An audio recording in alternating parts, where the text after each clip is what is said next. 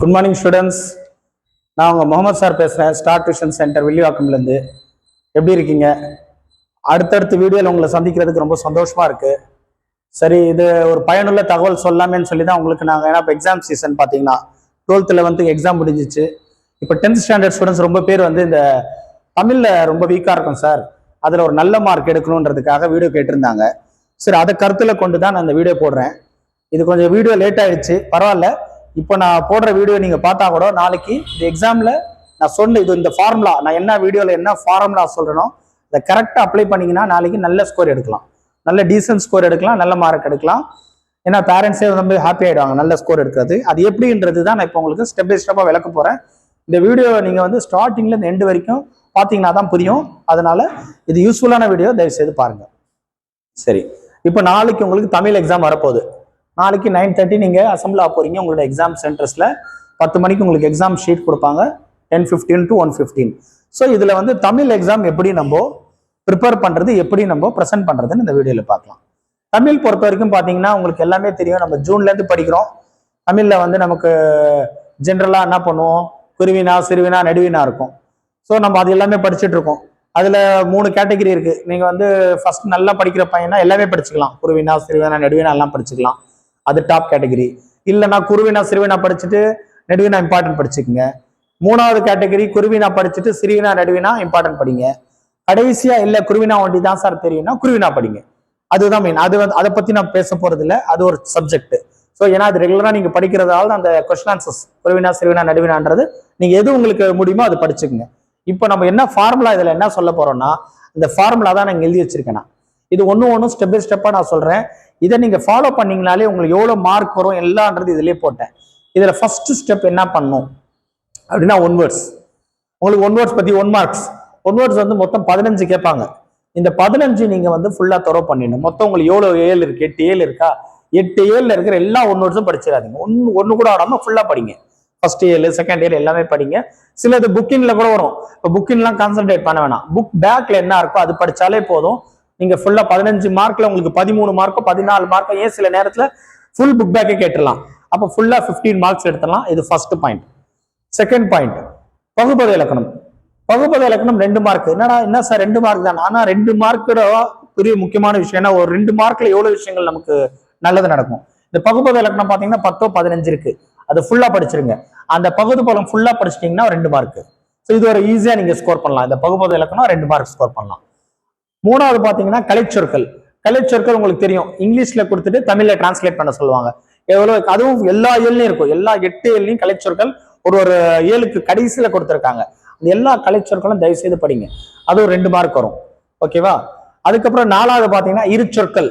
2 words கொடுத்துருப்பாங்க, அது 2 mark. Example இங்க கொடுத்துருக்கேன், கொடு கோடுன்னு கொடுத்துருக்கேன். கொடுனா கொடுக்கிறது, கோடுனா கோடு போடுறது. நான் எழுதுகோலை என் தம்பிக்கு கொடுத்தேன் கோடு போடுவதற்கு.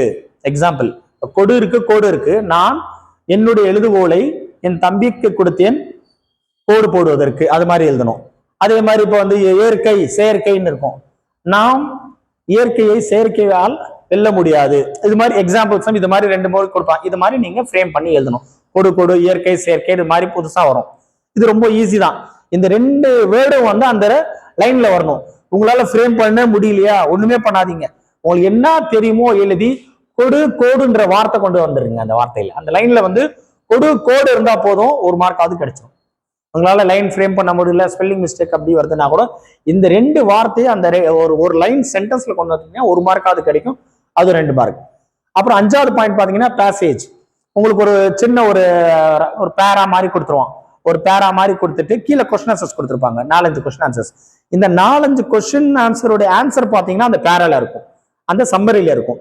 நீங்க ஒண்ணுமே இல்லை, இந்த கொஸ்டின் பார்த்துட்டு அதுலயே அந்த பேசேஜ் இருக்குல்ல, மேல பேசேஜ், அதை பார்த்து மார்க் பண்ணிட்டு எழுத வேண்டியதான். இதுல ஸ்பெல்லிங் மிஸ்டேக் வராது. பெரிய பிளஸ் பாயிண்ட்னா இதுல ஸ்பெல்லிங் மிஸ்டேக் வராது. ஏன்னா அந்த பேசேஜை தூக்கி தான் நீங்க எழுத போறீங்க. நீங்க கரெக்டா அந்த கொஸ்டின் ஆன்சர் எழுதினீங்க, அதுக்கு ஒரு 3 மார்க். சரி, அடுத்தது மனப்பாடம். இது மனப்பாடம் வந்து எல்லா எல்லையும் இருக்கு மனப்பாடம். இந்த மனப்பாடம் நீங்க எவ்வளவு இருக்கும், 5 10 ஃபுல்லா படிச்சிருங்க. அந்த மனப்பாடத்துக்கு ஒரு 3 மார்க் கிடைச்சிடும். அப்புறம் அழகிடுதல். அழகிடுதலுக்கு 3 மார்க். இதுவும் வந்து எல்லா இதுலயும் இருக்கு, எல்லா எல்லையும் இருக்கும். இதுவும் ஃபுல்லா படிச்சிருங்க. இது ஃபுல்லா படிச்சீங்கன்னா 3 மார்க். இது ஒரு கேட்டகரி. அடுத்தது காட்சியை கண்டு எழுதுக. ஏதோ ஒரு பிக்சர் கொடுத்துருவாங்க, ஏதோ பசங்க படிக்கிற மாதிரி இல்ல இயற்கையான காட்சி, ஏதோ ஒரு பிக்சர் கொடுத்துருவாங்க. அந்த பிக்சரை பார்த்து உனக்கு என்ன பாயிண்ட்ஸ் தோணுதோ அது எழுதணும். இது ரெகுலரா பாத்தீங்கன்னா புக்ல இருக்கிறதான் கேட்கறாங்க, புதுசா எதுவும் கேட்கல. ஒரு ஏழ்லயும் ஒரு காட்சி இருக்கு, 8 ஏழ்லயும் 8 காட்சி இருக்கு. அதுல இருந்தா ஒரு வாட்டியும் வருது, புதுசா எதுவும் வரல. தயவு செய்து அந்த காட்சிகளை நீங்க நல்லா பயாட் பண்ணிட்டு போட்டா, இல்ல அதை மைண்ட்ல வச்சுட்டு நீங்க ஓனா எழுதுனா கூட கரெக்டா எழுதுனீங்கன்னா ஸ்பெல்லிங் மிஸ்டேக் இல்லாம இது ஃபுல் மார்க் எடுத்துடலாம். ஸோ காட்சின்றது ஒரு நல்ல ஒரு இது புக்லயே இருக்குது, ஓன் கிடையாது, இதை நீங்க படிச்சு எழுதலாம். அடுத்தது கடிதம். இந்த கடிதம் வந்து அதே மாதிரி 5 மார்க் கொடுக்குறாங்க. கடிதம் கூட பாத்தீங்கன்னா கொடுத்துருக்கு, புக்லயே இருக்கு. சில முக்கியமான கடிதம்லாம் புக்லயே இருக்கு. மேக்சிமம் இதுவும் புக்ல தான் கேட்பாங்க. அந்த புக்ல இருக்கிற கடிதமே நீங்க படிச்சாலே போதும். 2 கடிதம், ஒண்ணு வந்து உங்க ஸ்கூல் பிரின்சிபல் அந்த மாதிரி ஹெட் மிஸ்டர்ஸ் அது மாதிரி எழுதுறது ஃபார்மல் லெட்டர், தம்பி அண்ணன் அப்புறம் ஃப்ரெண்டுக்கு எழுதுறது இன்ஃபார்மல் லெட்டர். ஒன்னு வந்து ஃபார்மல் லெட்டர், இன்னொன்னு இன்ஃபார்மல் லெட்டர். இது 2 ஏதாவது தான் ஒண்ணும். ஃபார்மல் லெட்டர்ல நம்ம எப்படி எழுதணும்? அனுப்புனர், பெறுநர், அன்புள்ள ஐயா, பொருள், அப்புறம் தங்கள் உண்மையுள்ள அப்படின்னு சொல்லிட்டு இப்படிக்கு உங்க பேரு. லெஃப்ட்ல வந்து தேதி இடம் போட்டுருணும். கடைசியில வந்து உரைமேல் முகவரி. இது வந்து ஒரு பிரின்சிபல்கோ ஹெட் மிஸ்டர்ஸ்க்கு எழுதணும், இதுதான் ஃபார்முலா. இல்ல ஃப்ரெண்டுக்கு எழுதுறீங்கன்னா அதே மாதிரி அனுப்புனர் பொருணர் வரும். ஐயா இருக்கிற இடத்துல அன்புள்ள தம்பி, அன்புள்ள நண்பன் அப்படின்னு எழுதிட்டு கடைசியில உங்கள் பிரியமுள்ள நண்பன் சொல்லி முடிக்கணும். இங்க அதே மாதிரி தேதி இடம் உரைமேல் முகவரி. சின்ன சேஞ்சஸ் தான். இப்போ உள்ள உங்க பொருள் வந்து சரியா எழுதல, சரியா உங்களுக்கு பொருள் எழுத வரல, ஸ்பெல்லிங் மிஸ்டேக் ஆகுது அப்படின்னா நீங்க என்ன பண்ணுங்க, இந்த அனுப்புனர், பெறுநர், ஐயாவோ இல்ல உண்மை ஐயா, பொருள், உண்மையுள்ள, இடம், தேதி எழுதினாலே உங்களுக்கு 4 மார்க் வந்துடும். 4 பொருள் தப்பு பண்ணா கூட இந்த ஃபார்முலா கரெக்டா நீங்க அப்ளை பண்ணீங்கன்னா ஒண்ணு அனுப்புனர்ல இருந்து அனுப்புனர், பெறுநர், ஐயா, பொருள், தங்கள் உண்மையுள்ள, அப்புறம் இங்க இடம், தேதி, உரைமேல் முகவரி போட்டால 4 மார்க் வந்துடும். இந்த ஃபார்முலா கரெக்டா ஃபாலோ பண்ணீங்கன்னா கடிதத்துக்கு ஒரு 5 மார்க் எடுத்துடலாம். அடுத்தது படிவம். படிவமும் புக்ல தான் இருக்கு. படிவமும் ஈஸி தான், அதை நீங்க படிச்சீங்கன்னா அது ஒரு 5 மார்க் எடுத்துடலாம். அப்புறம் வந்து 11வது டிரான்ஸ்லேஷன். டிரான்ஸ்லேஷன் இங்கிலீஷ்ல ஒரு பேசேஜ் கொடுத்துருப்பாங்க, அது தமிழ்ல டிரான்ஸ்லேட் பண்ணும். அது கொஞ்சம் ஸ்பெல்லிங் மிஸ்டேக் தான் ஆகும். உங்களுக்கு என்ன தெரியுது, இங்கிலீஷ்ல இருந்து தமிழ்ல எழுதணும். உங்களுக்கு அது இங்கிலீஷ்ல இருந்து தமிழ்ன்றது அது என்னன்றது ஒரு வார்த்தை கவனமா படிங்க. இங்கிலீஷ்ல இருந்து ரொம்ப ஹைஃபை இங்கிலீஷ்லாம் இருக்காது, சாதாரண இங்கிலீஷ் தான் இருக்கும், புரியுற மாதிரி இங்கிலீஷ் தான் இருக்கும்.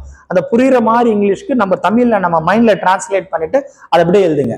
அதை என்ன நீங்க அது அந்த என்ன கொடுத்துருக்கானோ அதை எழுதணும், அது இல்லாதது வேற எதுவும் எழுதக்கூடாது.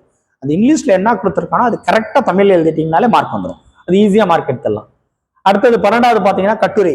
கட்டுரை வந்து உங்களுக்கு சாலை விதிகள் பத்தி கட்டுரை கேட்கலாம், கொரோனா பத்தி கட்டுரை கேட்கலாம்.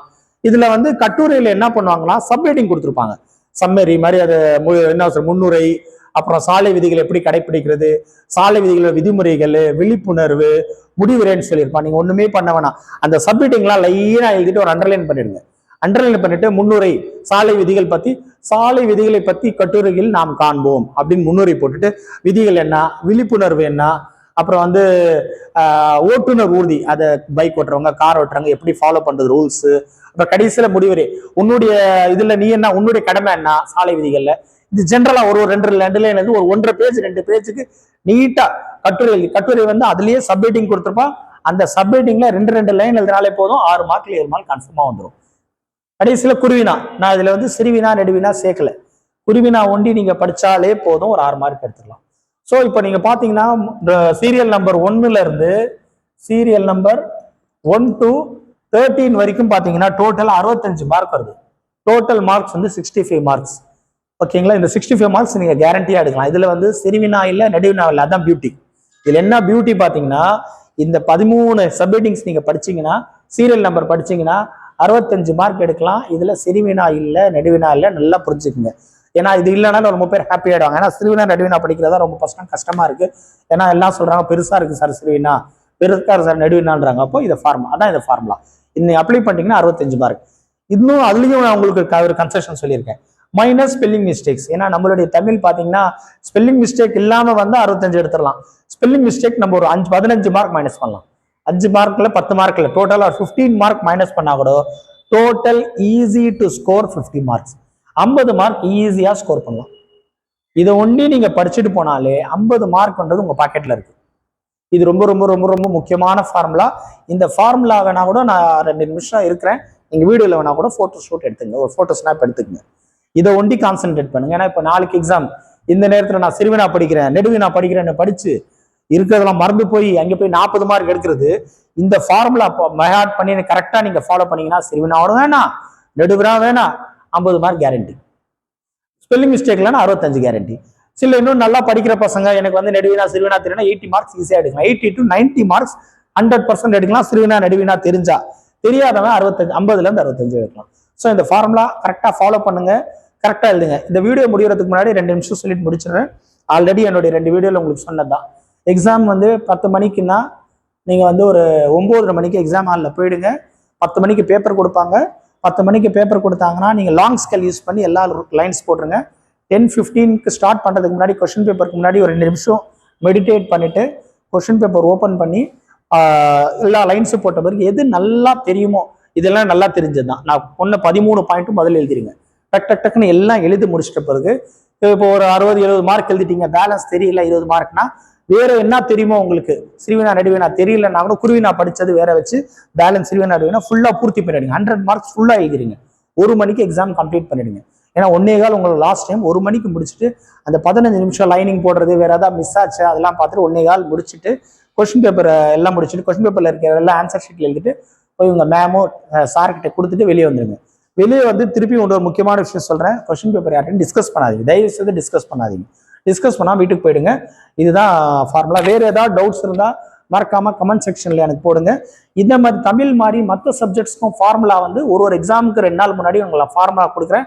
அதை அப்ளை பண்ணீங்கன்னா நல்ல மார்க் வாங்கி நீங்க உங்க பேரண்ட்ஸ் ஹாப்பியாவாங்க, டீச்சர்ஸ் ஹாப்பியாவாங்க. நல்ல வீடியோ முடிக்கிறதுக்கு முன்னாடி ஒரு முக்கியமான விஷயம் சொல்லணும். நான் எப்படி தமிழ் எப்படி எக்ஸாம் எழுதணுன்றது உங்களுக்கு இந்த வீடியோல சொல்லியிருக்கேன். இந்த போட்டோ ஷூட்டும் இந்த போட்டோ காப்பியும் நான் வந்து உங்களுக்கு வீடியோல போடுறேன். இது நீங்க நோட் பண்ணிட்டு இதை அப்படியே ஃபாலோ பண்ணுங்க. ஒன்றும் பிரச்சனை இல்லை. இன்னைக்கு ஒரு நைட் இருக்கு, இன்னைக்கு ஈவினிங் நைட் இருக்கு. இந்த ஃபார்முலா அப்ளை பண்ணீங்கன்னா நாளைக்கு நல்ல மார்க் எடுக்கலாம். நல்ல 100% நல்ல சக்சஸ்ஃபுல் மார்க் எடுக்கலாம். இதுக்கு முன்னாடி நீ எக்ஸாம் போறதுக்கு முன்னாடி நான் 2 வீடியோ போட்டிருக்கேன், எப்படி பப்ளிக் எக்ஸாம் ப்ரெசன்டேஷன் பண்ணணும் அப்படின்றது. அதுல பார்ட் 1 பார்ட் 2 2 வீடியோ போட்டிருக்கேன். அதுல பார்ட் 2 வீடியோ பாத்தீங்கன்னா டீட்டெயிலா இருக்கு. ஸோ அந்த பார்ட் 2 வீடியோல எப்படி பப்ளிக் எக்ஸாம் ப்ரெசன்டேஷன் பண்றதுன்னு தயவு செய்து பாத்துருங்க. அதுவும் பாருங்க. இந்த ஃபார்முலா அப்ளை பண்ணிட்டு போங்க. இதே மாதிரி மற்ற இங்கிலீஷ், மேக்ஸ், சயின்ஸ், சோஷியலுக்கும் ஃபார்முலா கொடுக்குறேன். இந்த ஃபார்முலா அப்ளை பண்ணீங்கன்னா 100% சக்சஸ் தான். எப்படி ஒரு மேக்ஸ் ஒரு சம் போடணும்னா ஃபார்முலா இல்லாமல் போட முடியாது, அதே மாதிரி இந்த ஃபார்முலா இல்லாமல் எக்ஸாம் எழுத முடியாது. இந்த ஃபார்முலா அப்ளை பண்ணுங்க, 100% சக்சஸ் தான். வேற ஏதாவது இருந்தால் கமெண்ட் செக்ஷன்ல போடுங்க. இந்த வீடியோ லைக் பண்ணுங்க, சப்ஸ்கிரைப் பண்ணுங்க. ஏன்னா எவ்வளோ பேர் வந்து இன்னைக்கு தமிழ்நாட்டில் வந்து 10th தான் ஜாஸ்தி எழுதுறது.